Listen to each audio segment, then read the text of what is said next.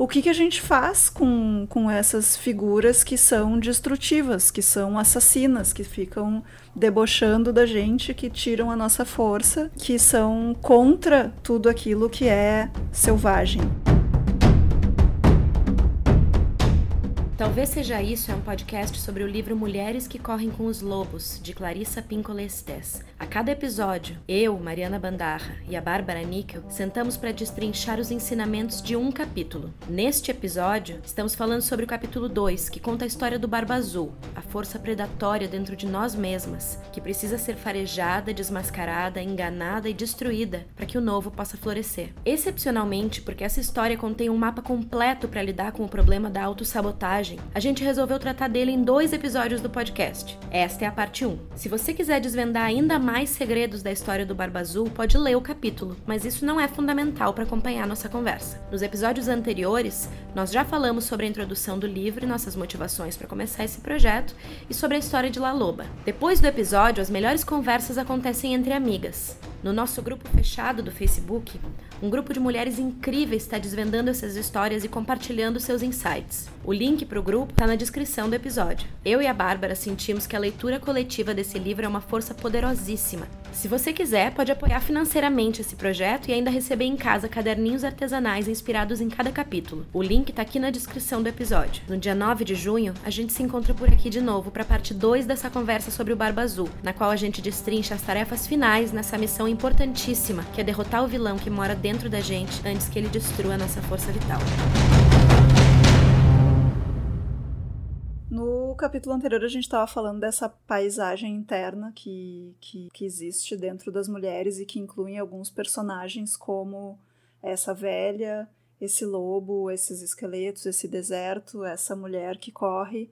Ao longo de todo o livro ela vai contar várias histórias e nem todos os personagens que vão aparecer são personagens que estão nos ajudando a encontrar aquilo que tá lá e que pode nos levar para uma vida mais plena, digamos assim. Nem todos os personagens são legais, como em todas as histórias, né? Tem dentro mesmo da gente alguns seres, algumas figuras que querem, como a gente sabe, impedir que essas coisas rolem, que a gente desenterre os ossos, ou que a gente cante, ou que a gente corra. E a pergunta que abre esse capítulo é: o que a gente faz com essas figuras que são destrutivas, que são assassinas, que ficam debochando da gente, que tiram a nossa força, que são contra tudo aquilo que é selvagem? Nas primeiras frases eu já sublinhei muita coisa,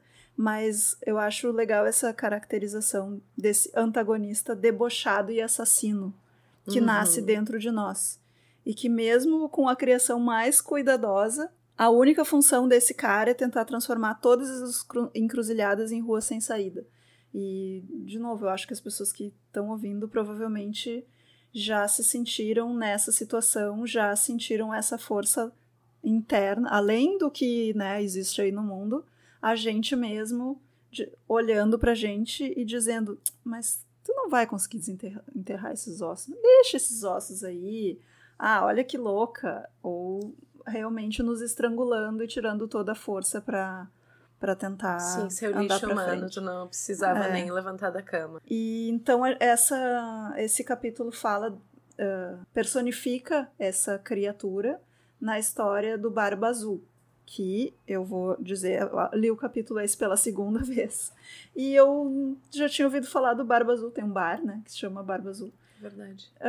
Mas em Porto Alegre, ou tinha, não sei, mas eu admito que eu nunca tinha lido, nem sabia qual era a história do Barba Azul até ler essa versão que ela trouxe, e lembrando que ela sempre traz histórias que existem em diferentes versões, em diferentes lugares, oral. E ela escolhe uma dessas versões para apresentar em cada capítulo. E enfim, agora vem a história da Barba Azul, que a história é bem emocionante. É, né? Conta aí, Mari. Eu acho que tem uma coisa que eu queria falar antes da história, que é, assim, a importância da gente reconhecer que todas essas histórias...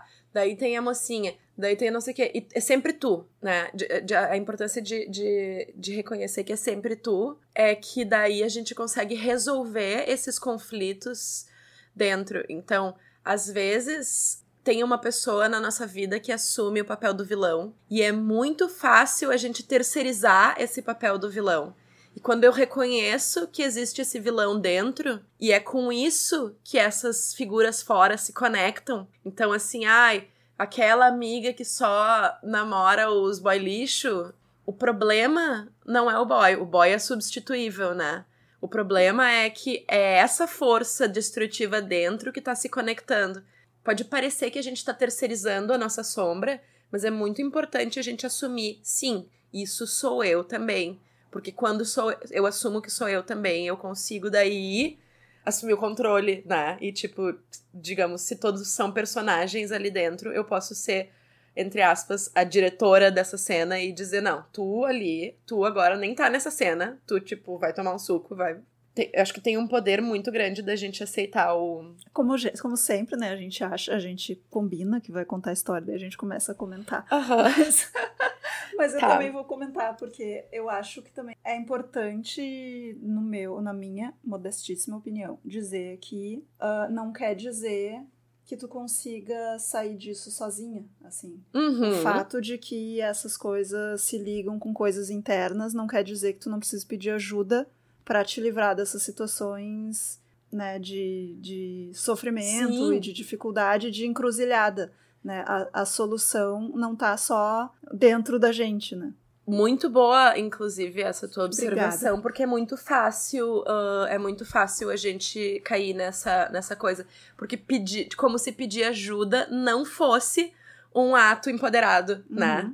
Como se o empoderamento fosse eu resolver tudo sem ninguém pedir ajuda. Inclusive isso, né, nas cenas dos próximos capítulos. Pedir ajuda é essencial. Muito obrigada por não deixar essa... Tá, eu vou contar bem resumidamente, então. Tá. Barba Azul é o seguinte, tem uma menina, assim, são 3 irmãs, né? E a mais nova, assim, o Barba Azul é um cara garboso, com todos os marcadores do tipão, e ele casa com a irmã mais nova. Não, contou já o meio da história. Tá, não, contei a história, então. Eu ia contar a história, tipo, super resumidíssima, tipo assim. Mas é que, tipo, ele era um cara muito interessante, rico, sedutor, tipo, e tudo, um baita. Só que ele tinha uma barba azul. E daí as mulheres, em geral, olhavam pra ele e pensavam, nossa, mas essa barba azul, tem alguma coisa estranha com esse cara, né? E... todo mundo olhava pra ele e pensava, não, tem uma coisa, não tá bem certo isso de ele ter uma barba azul, né? Ele é charmoso, ele é rico, ele nos leva pra passear de carro conversível no Moinhos de Vento, mas alguma coisa não tá bem certa. E ele conheceu essas 3 irmãs, e a mãe das 3 irmãs, e disse, não, vou levar vocês pra passear na floresta, fazer um grande piquenique, mostrar meus cavalos, minhas joias, e fazer passeios, olhem como eu sou legal e sedutor. E daí elas vão nos passeios, todo mundo vai no passeio e diz, que boa tua comida, que lindos os teus cavalos, e voltam. E daí ela fica passeando e seduzindo várias vezes. E daí, um dia, ele pede a irmã mais nova em casamento, e a irmã mais nova pensa, ele tem essa barba azul, mas olha como ele é lindo, como ele é rico, como ele é legal, ele nos leva pra passear, leva todo mundo pra passear, por que não, né? Tem uma coisinha, todo mundo acha que ele é estranho, mas ela fica matutando isso, eu sublinhei essa frase, porque assim, quanto mais ela fala consigo mesma, menos assustador ele parece, e a sua barba também parece menos azul. Então ela fica lá na cabeça dela pensando, não é tão estranho assim, tem uma barba azul, mas ele é muito legal. Daí ela aceita casar com ele, daí pode continuar. Daí ela... mas eu tava adorando a tua coisa. Ele, né, ele é um cara, um executivo internacional, então ele viaja, e ele vai viajar e diz isso, pode convida a tua família, pode vir todo mundo, tu pode aproveitar tudo aqui, meus iates, minha casa, pode passear por todo o nosso território. Tu só não pode entrar nessa salinha. Aí ela convida as irmãs e vem toda a família e diz, nossa, que casa linda. E ela diz, não somente essa casa é linda, mas ele disse que eu posso fazer tudo o que eu quiser. Se vocês quiserem ir pro iate, a gente pode ir, a gente pode andar por todas as salas, menos essa. Daí as irmãs pensam, Na verdade, ela tem uma chave, né? Ela diz assim, a gente pode abrir todas as portas dessas chaves, menos a dessa chave.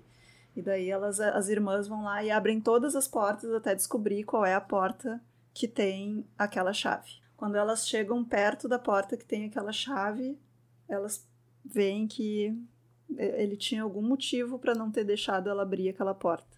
Elas conseguem abrir a porta e enxergam um monte de esqueletos e um monte de sangue pela sala, uma sala escura, horrível, e começa a vir muito sangue, e a chave começa a se encharcar de sangue, e elas fecham a porta, e a chave continua sangrando, e a irmã mais nova pensa, ele vai saber que eu abri essa porta porque a chave tá sangrando. E ela vai lá e lava a chave, passa cinzas na chave, bota fogo na chave, faz todas as coisas que ela acha possível para estancar o sangue da chave. E a chave segue sangrando e ela percebe que o marido tá chegando, então ela joga a chave no armário. E o marido chega, o Barba Azul chega, e pergunta como foi. Ela diz, foi tudo bem, foi tudo tranquilo, foi tudo legal. Ela, então a gente ficou aqui, foi muito bom. Daí ele, então pode me devolver minhas chaves. Ela devolve, daí ele assim, tá faltando uma. E ela diz, devo ter perdido. Daí ele olha pro lado e o armário onde ela jogou a chave tá saindo sangue, ele abre e a chave sangrou e manchou todos os vestidos dela, e ele percebe que ela usou a chave e ele diz, você é uma traidora, você abriu a porta que eu disse que não era pra você abrir, e eu vou matar, agora que você descobriu meu segredo eu vou ter que te matar. E daí ela percebe, né, um momento dramático, e ela diz, tá bom, eu preciso só de 15 minutos. Não me mata agora, porque eu preciso me reconciliar com Deus. Eu preciso rezar. Preciso de 15 minutos. Me dá um tempo. Daí ele diz, tá, tudo bem. Aí ela sobe pro quarto e chama as irmãs dela, né? E começa... Essa parte eu acho muito... Sim, muita emoção, né? É muita emoção, assim. É muita adrenalina. Ela sobe... E daí ela enxerga as irmãs dela e ela grita, irmãs, vocês estão vendo a chegada dos nossos irmãos? E as irmãs respondem, não, a gente não tá vendo nada. Daí ela repete, irmãs, vocês estão vendo a chegada dos nossos irmãos? Porque ela tá claramente querendo assustar. E daí não é que daqui a pouco elas começam a ver que tá vindo um redemoinho e estão chegando os irmãos e chega uma galera... E invade a casa, chega no Barba Azul e mata o Barba Azul, estraçalha com ele e deixa a carcaça pra ser comida pelos abutres. Ai, gente, que bom que tu contou e não eu, porque eu ia contar a versão tuitada da história. Mas, assim, eu sinto que tem uma coisa muito importante da gente fazer, que a gente não fez ainda. A gente mexeu bastante em definições de arquétipo, do que são as coisas do mundo racional e do mundo né, dessas percepções mais misteriosas. Mas eu acho que aqui é importante a gente definir a separação entre feminino e masculino, não como estamos falando de um homem e estamos falando de uma mulher, mas como forças. Porque o Barba Azul se o Barba Azul é parte desse elenco dentro das mulheres, né? Mas ele é um homem. Eu acho que é importante a gente estabelecer que, de um ponto de vista mais, assim, yin-yang, receptivo versus propositivo, que a força masculina, ela tá muito associada com essas coisas de desbravar, de fazer grandes construções, coisas visíveis, né? Coisas acima da superfície.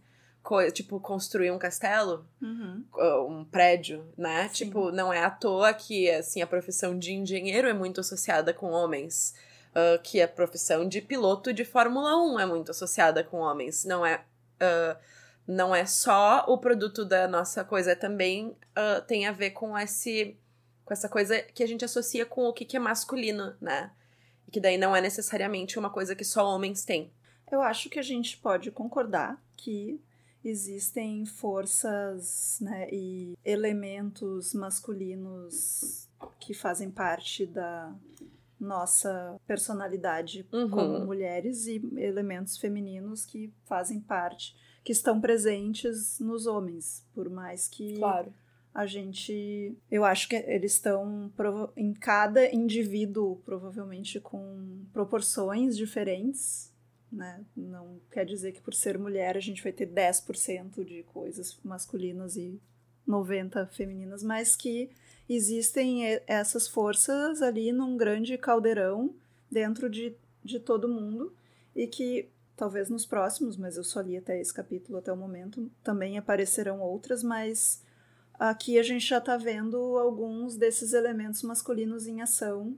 E que se a gente pensar que o masculino, então, é essa coisa pra fora, que realiza e todo mundo vê, que o feminino, tipo, que é a luz do sol, sabe? Que é tipo, que o feminino, ele é essa coisa que talvez seja mais associada com a introspecção, com a receptividade, né? Com o jeito como a gente é flexível, que por isso que talvez as profissões de cuidado, também talvez por isso as profissões de cuidado sejam associadas com, né, na nossa cultura como profissões femininas, porque as coisas que ficam um pouco abaixo da superfície que não são vistas. Eu acho que nessa história é importante a gente poder falar de coisas mais femininas e mais masculinas sem confundir. Sim, quando a gente fala em coisas masculinas e femininas, a gente não tá falando de homens e mulheres. E nem que as mulheres não podem ser desse jeito, Sim. ou os homens não podem ser desse jeito. E então, uma observação que ela faz, que também é interessante, é como o Barba Azul é esse predador natural,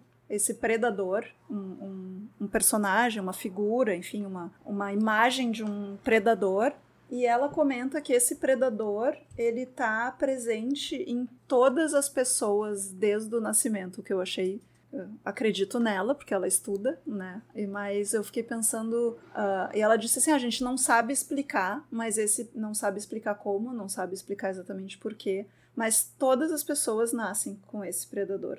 Enfim. O que ao mesmo tempo é super... ao mesmo tempo em que é alarmante, é super tranquilizante, porque tem a ideia de deve ter algo errado comigo, é uma coisa que, tipo assim, pra mim é super familiar, assim, momentos em que tu te percebe agindo contra o teu melhor interesse e, tipo, mentindo pra ti mesma, dizendo que tu tá fazendo isso porque é isso que tu tem que fazer. Tem uma sensação de vergonha que tá associada com isso. Me entendi melhor com esse predador quando...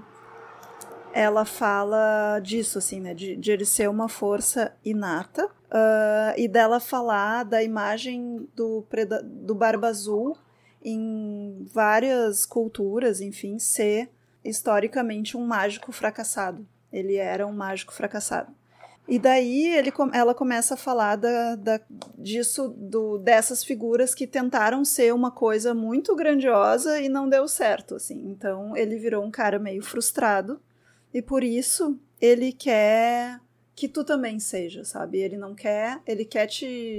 quer suprimir essa força em ti, porque ele não conseguiu realizar isso nele. Então ela fala, vemos que os predadores desejam superioridade e poder sobre outros. Eles sofrem de uma espécie de inflação psicológica, pela qual desejam ser mais sublimes do que o inefável, tão importante quanto ele e iguais a ele. Eu acho que é interessante a gente entender um pouco quem é esse cara, sabe? E daí aqui, né? O problema com o Barba Azul no Conto de Fadas é que em vez de alimentar a luz das jovens forças femininas, ele prefere encher-se de ódio e deseja extinguir as luzes da psique. Então, a gente não tá só falando de um cara, literalmente de um cara sedutor que vai arruinar a tua vida, a gente tá falando de uma força interna que não deixa a tua luz brilhar, assim, usando uma... linguagem meio Gisele que não Bündchen, tem assim. condições de se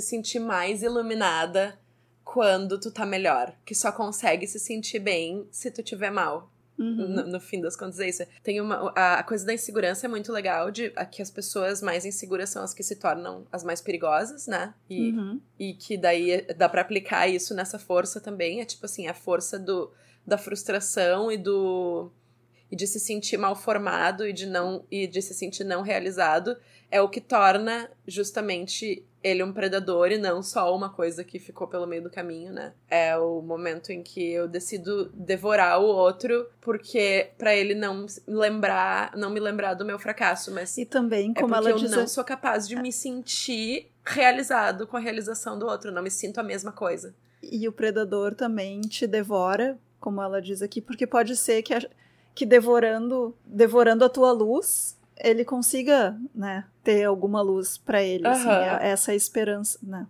pensando de um jeito. O que a gente tá falando é um pouco da visão dela sobre essa história, a interpretação dessas histórias, e ela deixa bem claro que existem outras interpretações. Eu acho que tem uma coisa dessa força de destruição se colocar como uma força que, na verdade, o que eu quero é te oferecer tudo de bom. Que tem, assim, castelos e joias e todas as vantagens, que na crendice popular assim, se a coisa é boa demais pra ser verdade, ela provavelmente é boa demais pra ser verdade, né? Sim. E eu acho que um elemento essencial é a coisa que faz eu ignorar o meu instinto, e o meu instinto tem algo de estranho aqui. Essa coisa é o predador. Se a gente entrar um nível abaixo e pensar que existe uma força predatória dentro da irmã mais nova, é com o Barba Azul dentro dela que o Barba Azul de fora se conecta. Uhum. Não é uma coincidência que é onde ele dá o bote, porque na verdade ele tá por qualquer irmã, né? Sim. Assim, inicialmente ele tá ali com as irmãs todas, mas não é uma coincidência que é onde ele dá o bote é na irmã mais nova. Porque precisa de um estado de inocência e precisa de um estado de duvidar da própria percepção. E a percepção eu estou vendo essa coisa estranha que não tá encaixando. Precisa então, o predador interno, ele fica mais poderoso quanto mais fragilizada a gente tá, quanto mais desconectada dos nossos instintos a gente tá. E não é uma coincidência, é porque ele se alimenta dessa fragilidade, né? Eu mesma, né, fiquei pensando, tipo, ela precisa me dizer isso, ela precisa me dizer isso desse jeito, que é a primeira coisa pra lidar com essa história, né, a primeira etapa, assim, dessa investigação sobre isso é a gente entender e aceitar que existe uma força maligna. Só isso já pra mim é uma grande vitória, porque é muito bom a gente imaginar que o mundo pode não ter essa força maligna. Eu gostaria muito, né? A gente gostaria de viver num mundo em que não existisse essa força maligna. Uhum. Que todas as pessoas que chegassem oferecendo joias e castelos e coisas fossem pessoas legais que só querem compartilhar que a gente tenha joias. As suas joias, seus castelos, porque ele é um cara generoso e legal. Muitas pessoas tendem a olhar para isso pensando, olha, realmente é só um cara legal com uma barba azul, sabe? Não vamos ficar dizendo que tem alguma coisa errada só porque tem uma barba azul. Não, assim, a primeira coisa é, se tem um pouco o que se tem alguma coisa que parece errada, é porque tem uma coisa errada. Então, a primeira coisa é isso, assim, existe uma força maligna e a gente precisa reconhecer. Então, ela até fala da mãe lobo, né, ensinando os lobinhos a sair e a reconhecer, saber lidar com as forças externas. Não, e tu precisa saber quando é a hora de correr, quando é a hora de ficar parado, quando é a hora de atacar. E esse é o poder instintivo com o qual a gente vai perdendo contato ao longo da vida e sendo ensinada desde sempre que a gente não deve ter contato com esses instintos, porque nós devemos ser muito boazinhas. Sim, eles realmente tornam a gente mais difícil de domesticar, enquanto, assim, usando, né, a metáfora do lobo. Mas é muito bom que tu chamou a atenção para essa parte da existência da força maligna, porque é um pressuposto difícil, e eu acho que no mundo em que a gente circula até, né, pessoas que estão trabalhando para mudar o mundo, se a gente não consegue reconhecer. E parece quase que a pós-modernidade não permite, né, que a gente diga isso. Parece quase errado dizer que existe uma força maligna. Eu acho que talvez um atalho que a gente consiga usar pra entender que, tá, o mal é real e a gente não pode ser ingênua, tipo, eu acho que tem assim, é tipo, eu quero morar num mundo onde eu posso sair de mini saia a qualquer momento. Mas eu preciso estar ciente do fato de que se eu moro em Porto Alegre e eu sair em determinados lugares e em determinados horários de mini saia, eu sei o que existe, né? Acho que um jeito não hipócrita de olhar pra isso talvez seja a gente reconhecer que a sombra, ela não é uma substância. A sombra é onde a luz não tá batendo. Que a sombra, ela é assim, se eu tiver luz de todos os lados, não tem sombra. Então, pensar que tá, o que o mal é, o que a força maligna é dentro de mim é o lugar onde não bate luz. É o lugar onde moram todas as minhas vergonhas, todas as minhas frustrações, todas as coisas que ficam mofando e criando bicho, sabe? Sim. E que, assim, é possível existir um lugar onde alguém te oferece uma joia, um mundo onde alguém te oferece uma joia e essa pessoa quer te dar uma joia? Eu acho que é. Mas, assim, não vai ter barba azul. Tu consegue perceber quando aquilo é autêntico. Eu acho que também desmistificar o mal em si mesmo é incidir uma luz, né? E isso cria uma alquimia também que permite a gente olhar pro predador e não simplesmente se odiar porque, eu me sabotei de novo, por que eu fiz isso? Porque isso é alimentar a vergonha, é alimentar todas as forças que fortalecem justamente o processo destrutivo. A primeira vez que eu li esse capítulo, é muito fácil a gente pensar em meninas jovens. E já aqui na continuação ela diz, tá, sim, essa história serve pra gente falar de meninas jovens, mas a gente não tá falando só de meninas jovens, né? É uma história que pode ajudar também mulheres mais velhas. E daí ela fala, né, que essas narrativas míticas fornecem mapas iniciáticos para que uma tarefa emperrada possa ser terminada. E esse conto, ele é muito útil, não só para meninas novas, mas para pessoas de qualquer idade que estejam sentindo emperradas com esse predador, ou que tenham tido a sua energia criativa, que é essa menina jovem, né, cheia de vida, uma força potencial de desenvolvimento, apreendida, roubada, quase assassinada, e estejam pensando, tá, como eu saio daqui, né, para onde eu vou? Então, a dica é, ouça essa história, leia essa história e siga esses passos. E daí, quando eu consigo reconhecer que existe um predador e que daí também o predador precisa de uma presa, né?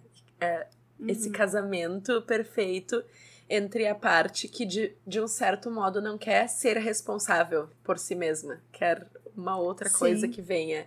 Que essa é a ingenuidade, é o cordeirinho, né? Sim. É tipo, eu estou aqui só querendo alguém que resolva tudo pra mim. Essa historinha é muito boa. Em retrospectiva, quase todas nós, pelo menos uma vez na vida, passamos pela experiência de uma ideia irresistível ou de uma pessoa meio deslumbrante entrando pela nossa janela no meio da noite para nos apanhar de surpresa, mesmo que esteja usando máscaras de esquiar que tragam uma faca entre os dentes e um saco de dinheiro jogado sobre os ombros, nós ainda acreditamos quando eles nos dizem que trabalham no ramo bancário. Sim. É um pouco do que tu disse, é a gente querendo acreditar, né? Tapar o sol com a peneira. O predador só funciona porque a gente tá olhando pra ele e querendo acreditar que aquilo é verdade. Exatamente. E a coisa e daí o papel das irmãs nisso é que aonde tem uma presa, aonde tem a irmã mais nova, tem as irmãs mais velhas que estão ali dizendo, epa, mas olha essa barba azul aí. Enquanto ela fala, né, da dependência química, que assim, tá, tu tá ali no bar tomando a cachaça que tu sabe que, tipo, vai ferrar com o teu dia amanhã. E tu tem também, né, no fundinho da tua mente, as tuas irmãs mais velhas que estão te dizendo, gata, sai dessa, faz favor, não faz tipo, chega disso. E é um escolher que vozes se escuta, né? porque a voz do predador... Conhecer o predador é importante pra gente saber reconhecer a voz do predador, mas conhecer essas vozes das irmãs é útil também na hora que a gente vai navegar esse diálogo interior. Tá? Quem é realmente a voz que tem o meu interesse? Me parece que essas irmãs mais velhas, elas são um pouco da intuição, assim, que a gente não tá querendo ouvir. Elas já sabem, elas já sabem, ela fala, assim, são as vozes da sensatez, assim, a voz... Eu acho que tem muitos momentos na vida que trazem diferentes níveis de sofrimento e diferentes tipos de sofrimento, que são isso, assim, tipo, eu quero muito isso aqui, talvez me faça mal, mas, vai ser tão bom se eu, tiver isso agora. Sim, e isso é super positivo, porque te conduz à perda da inocência, né? Sim. Que é isso, o que as irmãs não têm que o predador tem? É a sedução, é todo o palácio e toda a pirotecnia que faz aquilo parecer uma boa ideia. Porque no fim das contas, a irmã mais nova só perde a inocência se ela casar com o cara. Se ela não casar com esse cara porque ela viu as irmãs, ela casa com o próximo. Tá, talvez isso seja... Eu tô falando só numa perspectiva simbólica, tá? Eu não acho que alguém precisa realmente se colocar numa situação abusiva.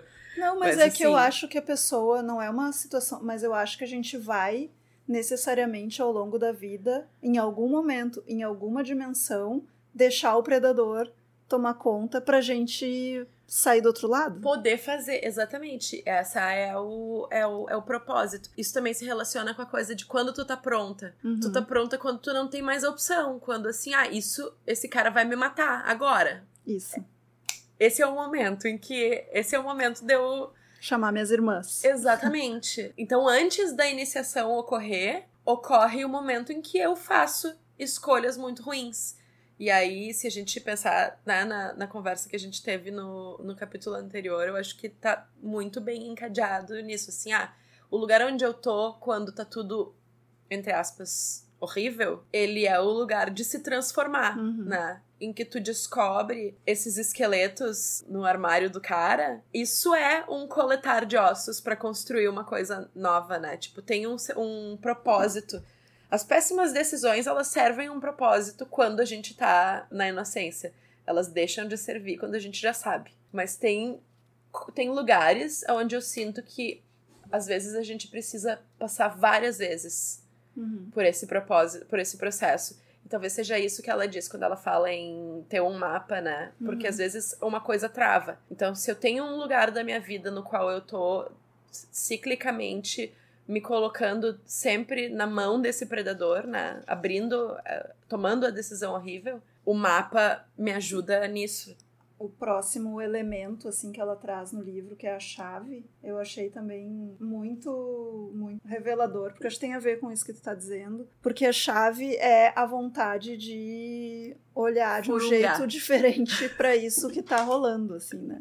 Que é as irmãs, o cara te dá a chave e diz... essa chave não. E a primeira reação dela para as irmãs é dizer, olha, ele disse que tudo, menos essa chave. Então acho melhor não, né? Melhor a gente não olhar essa chave. Mas as irmãs são curiosas, as irmãs vão fazer as perguntas, elas vão dizer, como assim, sabe? É aí que a gente tem que ir furungar, é aí que a gente tem que cheirar. Então, por isso que ela traz a chave como a pergunta que tem que ser feita, e ela fala que essa pergunta é o ponto central da transformação, que eu acho que tem a ver com isso, sim. Nesse momento, ela também traz essa coisa de a curiosidade não ser tão bem vista assim. A gente, como meninas, nós não somos ensinadas a ter curiosidade, né? A explorar do mesmo jeito. A explorar o mundo do mesmo jeito, a fazer tanta pergunta, a ser cientista, né? A ter um olhar mais curioso, porque não é de bom tom ficar fazendo tanta pergunta, assim. Não é de bom tom olhar pra ele e perguntar, mas por que isso tem essa barba azul, sabe? Isso é um pouco desafiador em relação ao mundo. E o que ela tá sugerindo, eu acho, é que se a gente tá nesse momento aí, é a hora de fazer essa pergunta mesmo, assim, o que tem por trás dessa porta, sabe? O que essa chave abre? Sim, e se tu estiver disposta a passar por todas elas, né? Que é um processo exaustivo. Sim. Eu acho que eu adoro esse símbolo da chave. É uma coisa que também eu me conecto muito com a chave, assim. E essa chave que ela é diferente das outras porque ela é menorzinha, né? Sim. Eu acho que uma coisa aí é o processo exaustivo de abrir todas. Uma pessoa que se posiciona como presa, ela não tem a resiliência pra abrir todas, até achar aquela. A curiosidade, ela é um estado também de estar preparado pra riscos, né? E se o que eu quero é evitar, não, melhor evitar, uma coisa vai dar problema, eu fico no meu espaço circunscrito. E uma coisa que eu acho que é uma lebre importante existe uma armadilha que é o próprio predador estabelece essa armadilha. Quando o Barba Azul te dá a chave e diz, essa não, o que ele tá tentando fazer depois eu vou dizer que a culpa foi tua. Mas eu já estou te dando a rota. O momento em que tu é assassinado é o momento em que o crime começa, é o momento em que tu aceita segurar a chave. Porque quando tu aceita segurar, tu tá dizendo assim, eu estou assumindo a responsabilidade pela minha própria aniquilação. E, na verdade, é essa mesma responsabilidade que te salva. Eu acho que dá até pra fazer uma analogia com os jeitos como a gente acaba culpando as vítimas e como, assim, nas situações... Sim, mas é o que ele disse pra ela, né? Tipo, eu tinha te dito que não era pra abrir essa porta. Já que tu abriu essa porta, agora eu não posso fazer nada, eu vou ter que te matar, entende? Eu não tenho opção. Exatamente. Se ele não fosse... Exatamente, não tem como ela vencer, a não ser assumindo a responsabilidade. Então, as cartas estão marcadas para a novinha... Assim, no momento em que o cara casa com ela... Esse é o propósito. Ele sabe que ela vai acabar lá. Que ela vai terminar dentro do armário. Porque ele já matou várias outras antes. A não ser que ele faça. Então, assim, se a gente for trabalhar no nível... Tá, ele poderia não dizer pra ela. Ele poderia nem deixar essa chave. Mas a coisa... O ato predatório eu estou te entregando. E esse é o lugar... esse é o lugar onde as coisas muito perigosas acontecem psiquicamente. É o lugar onde... a presa e o predador estão trabalhando juntos para a aniquilação, né? E aí, por isso que é quase o hackear. Eu pego a coisa que servia pra me ferrar e eu uso essa coisa. E eu acho que isso é uma ferramenta muito legal que esse mapa, se a gente pensar nessa história como um mapa, que esse mapa oferece, é isso. É que sempre os lugares onde parece que não tem saída, ou eu tenho essa porta aqui e eu morro, ou eu tenho essa outra porta aqui e eu obedeço. Mas toda vez que tu se sentes presa entre duas coisas, que tu não tem como vencer, né, digamos assim, entre aspas, vencer, não tem como não se dar mal, existe uma terceira porta. E eu acho que essa coisa de usar a própria chave que tava ali como uma peça no teu assassinato pra, tipo, investigar e assumir o controle, ela é, de certo modo, isso, assim, ela é, tipo, nunca existem só duas saídas. Parece que eu só posso ou largar o emprego e morrer de fome, ou ficar infeliz. Mas, na verdade, toda vez que eu assumo a responsabilidade e digo, não, mas eu estou com as chaves, eu faço isso, eu posso abrir uma terceira via, sabe? Que não, eu vou chamar outras pessoas. Mas antes disso tu vai quase morrer. Sim, mas assim, não existem só duas coisas. Mas uma coisa que enquanto eu tava ouvindo tu falar, eu tava pensando que isso que tu tá me dizendo parece desesperador. A história de que a presa e o predador estão trabalhando juntos me parece um buraco sem fim, assim, tipo, não tem como escapar, sabe? Mas tem as irmãs. Não, daí eu me dei conta que a gente tá contando a história da irmã que escapou. Porque todas as anteriores ficaram... É o sangue delas que tá lá. São os ossos delas que estão nesse armário. Ele já matou milhares antes. E a história que a gente tá contando, o mapa que a gente tá olhando, é o mapa de uma que quase foi aniquilada, mas acabou usando os recursos que ela tinha e que ela criou e ela tinha, enfim, que estavam em algum lugar para sair para sair dessa situação, assim. Então, não é uma história para mim horrível, mas é uma história que dá um caminho para uma saída, assim. É isso. Exatamente. É uma saída em que o teu estado não é mais de inocência. E o que ela fala também, assim, que é interessante é esse predador, ele foi comido, ele foi destroçado e ele foi, né, comido pelos urubus. Sendo comido pelos urubus é um pouco que tu espalha a energia dele, né? Fica aí. Dissipa. Mas não desaparece, né? Uhum. Então, tu conseguir colocar ele num lugar. Que ela também tá... Tu não vai dizer que não existe mais predador, que essa força maligna não vai daqui a pouco aparecer em outro canto, entendeu? Ela pode aparecer em outro lugar, mas agora tu não é... Assim, a história não é mais sobre uma menina ingênua que não tá identificando que aquilo é uma situação de perigo, né? Agora ela vai lidar com essa situação de um jeito diferente. Sim, tu pendura a barba no mosteiro pra não esquecer. Isso. Enfim, ela tá falando aqui da chave, de fazer essas perguntas, e que nesse momento essa natureza jovem e ingênua começa a compreender, e essa parte eu acho muito boa, que se existe algo de secreto, se existe algo de sombrio, se existe algo de proibido, é preciso que seja examinado. Então, tem essas coisas que a gente não quer ver, mas é porque a gente não quer ver, é exatamente por isso que a gente tem que olhar. Aí vem a próxima parte difícil. A gente já entendeu que a gente vai abrir essa porta e que a gente vai encarar. Mas o que a gente vai ver é horrível. E a gente não tá pronto. Então, tem essa parte aí que também é ruim. Sim, não tem como estar pronto Sim. para uma coisa horrível. Isso é muito bom também de entender, assim, porque daí a gente se sente sempre muito sozinho quando a gente não consegue lidar com algo, né? Tem coisas que são tão horríveis que a gente nunca vai estar pronto para ver e não tem como estar pronto. Tem que simplesmente tomar as ações necessárias. Uma pessoa morreu, a gente enterra essa pessoa. Se a gente tá em perigo, a gente sai do perigo. E olhar pra coisa horrível não significa que a gente vai olhar e se sentir bem, que a gente não vai pirar totalmente e se descabelar, e sabe, porque quando eu abro e eu vejo, tipo assim, e às vezes a gente tá falando de armários internos, né, então assim, quando eu vejo o que eu mesma fiz e o nível de horror que eu mesma me infringi, sabe, tenho todo o direito de não conseguir lidar. E daí eu acho que essa parte também é dolorida, assim, do processo, e que ela tá falando, né, do momento que tu olha pra isso, e que ela fala, assim, que uma mulher pode tentar se esconder pra não ver as devastações da sua vida, mas o sangramento, a perda de energia de vida continuará até que ela reconheça a real natureza do predador e o domine. Então, não tem jeito, né? Tem que olhar. Não tem como. E a chavinha que sangra, ela é isso, né? Ela mancha todos os teus vestidos. Mas olha só o que a gente vai encontrar quando a gente olhar pra lá. Que deprê. Na maior parte das vezes, elas descobrem que estiveram permitindo o assassinato de seus sonhos, objetivos e esperanças mais cruciais.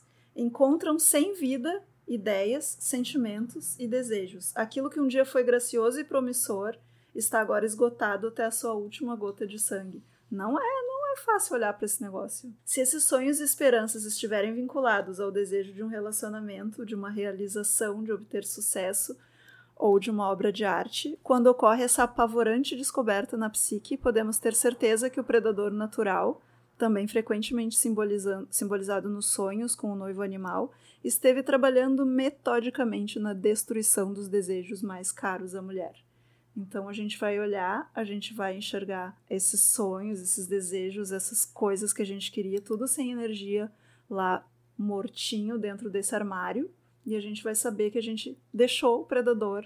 Que a gente trocou pela casa linda. Isso. Que a gente trocou pela ilusão. Exatamente. Que essa é a troca que a gente estava fazendo e é por isso que o bom demais para ser verdade, né? E ela comenta, né, de que ela, como ela é psicanalista, né, de várias mulheres que desistiram dos seus sonhos, e fala de próprio trocar por relacionamentos mesmo também, acho que acaba sendo uma coisa bastante comum. E outra parte que eu sublinhei, assim, é que quando a gente tá com essa incapacidade de ver e de perceber, a gente sente que tem alguma coisa que a gente quer que não é compatível com o cenário onde a gente tá. E daí ela fala, a presença desse fator na psique esclarece o motivo pelo qual as mulheres que dizem desejar um relacionamento fazem tudo o que podem para sabotar um relacionamento afetuoso. É assim que as mulheres que fixam metas para estar aqui e ali ou no lugar que seja até certa data, nem mesmo dão o primeiro passo naquela direção, ou abandonam a jornada ante a primeira dificuldade. É assim que todos os adiamentos dão origem ao ódio a si mesma,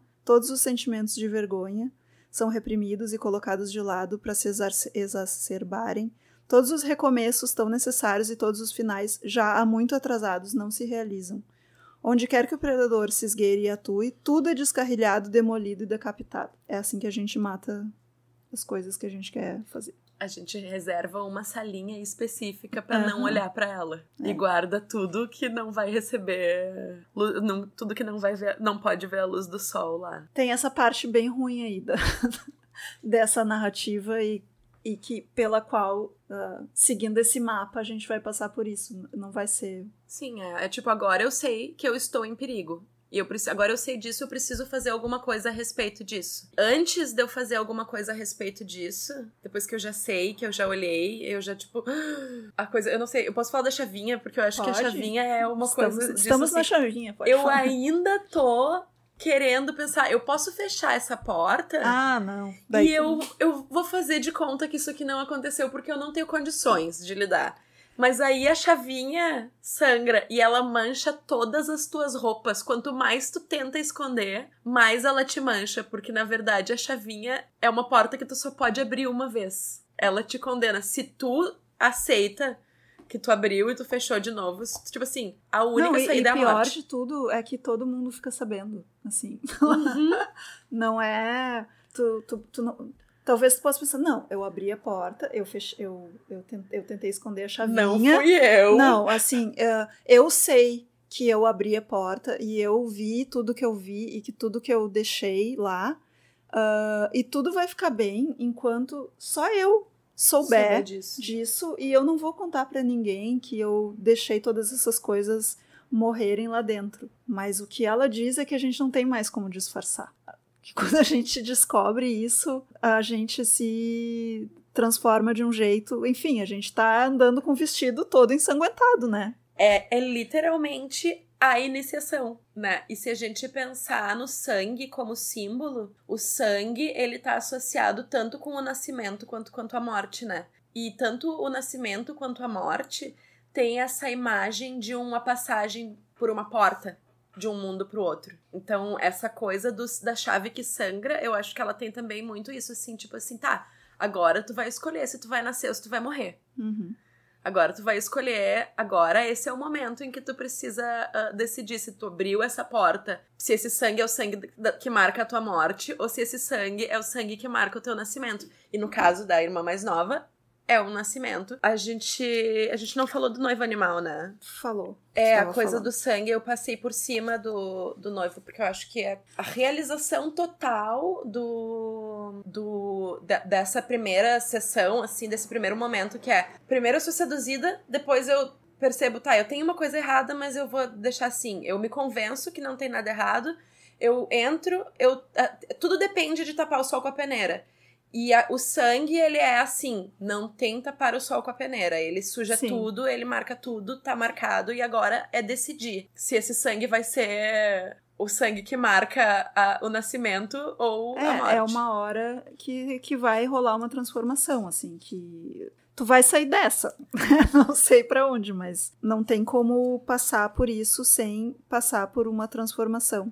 Agora, uma coisa que eu já estava pensando, e daí eu me lembrei que tá no livro, não é à toa que eu estava pensando aqui, o quanto ela faz aqui uma interpretação de que ela abre a porta e vê os esqueletos também, e o sangue das mulheres, então, que ele matou antes dela. Então tem esses esqueletos, que é essa força indestrutível, da qual a gente falava no primeiro... Então a gente olha e acha que matou as coisas, mas não, assim, se a gente tá olhando, os esqueletos delas estão lá, elas... A gente pode, né, cantar e trazer elas de volta. Exatamente, ou seja, todas as coisas que morreram ficam ali guardadas naquela salinha também pra nos ajudar a não deixar a coisa que ainda tem potencial morrer, né? Porque daí é isso, essa coisa, ela consegue, olhando pra aqueles esqueletos, perceber, não, mas eu não quero acabar assim. É um teste pra força de vida. E no final dessa partezinha do capítulo, ela traduz de uma maneira muito simplificada as instruções desse mapa. E que eu acho que nos ajuda, assim, a pensar que as instruções são claras. Descubra os corpos, siga os instintos, veja o que estiver vendo, reúna energia psíquica, acabe com a energia destrutiva. Essa é a tarefa dela no conto. Tem que olhar, né? Sim, e a gente veio nessa primeira parte até o veja o que estiver vendo, que já é uma parte bem difícil. Só que a gente ficou só na parte da bad, né? Então volte para o próximo episódio, onde nós vamos explorar essa jornada de redenção e de perda da inocência e de destruição do predador, por mas favor. Eu acho que a tarefa é boa, assim, e a gente pode pensar nisso, assim, quais são essas coisas que estão lá que eu preferia não ter visto. Agora que a gente abriu a porta, tem que olhar. Agora tem que olhar. Que parte que foi morta, que tá agonizando, mas que não ainda dá, sabe, pra reenergizar. Mas a gente só tem como fazer isso se a gente olhar. E escolher, né? Escolher o que eu só posso salvar uma coisa. Eu tenho que otimizar essa energia, mas o fato é, a vida vence. Tá sendo contada a história da que a vida vence. A morte está a serviço da vida, né? Todas as que vieram antes e morreram. Aliás, eu acho isso uma imagem super bonita, até assim né, numa perspectiva assim de libertação. Todas as mulheres que foram presas antes, mas a morte delas não foi em vão, se elas puderem salvar essa uma que tá aqui agora, olhando pra isso. Vai dar. Vai. Então a gente continua a segunda parte desse capítulo no próximo episódio.